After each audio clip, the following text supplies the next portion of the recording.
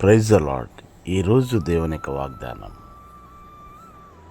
ఆయన దుఃఖపడు వారిని క్షేమమునకు లేవనెత్తును. యోబు గ్రంథం 5వ అధ్యాయం 11వ వచనం. ప్రియులరా, దుఃఖపడువారు ధన్యులు, వారు ఓదార్చబడుదురు.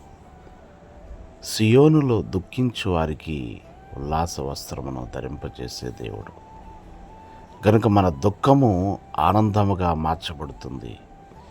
ఏ శ్రమ చేత అయినను, ఏ శోధన చేత అయినను, కష్టము చేతను, రోగము చేతను, నింద చేతను మీరు దుఃఖిస్తూ ఉన్నట్లయితే మీ దుఃఖమునకు ప్రతిగా దేవుడు క్షేమాన్ని, ఆనందకరమైన స్థితికి దేవుడు మిమ్మల్ని తీసుకొని వచ్చే దేవుడై ఉన్నాడు. కనుక దుఃఖించే వారిని ఓదార్చేవాడు, ఆదరించేవాడు, ఆనందకరమైన స్థితికి, దుఃఖమునకు ప్రతిగా ఉల్లాస వస్త్రాల్ని, సియోనులో దుఃఖించు వారికి ఉల్లాస వస్త్రాన్ని దేవుడు ఇచ్చేవాడు ఆయన.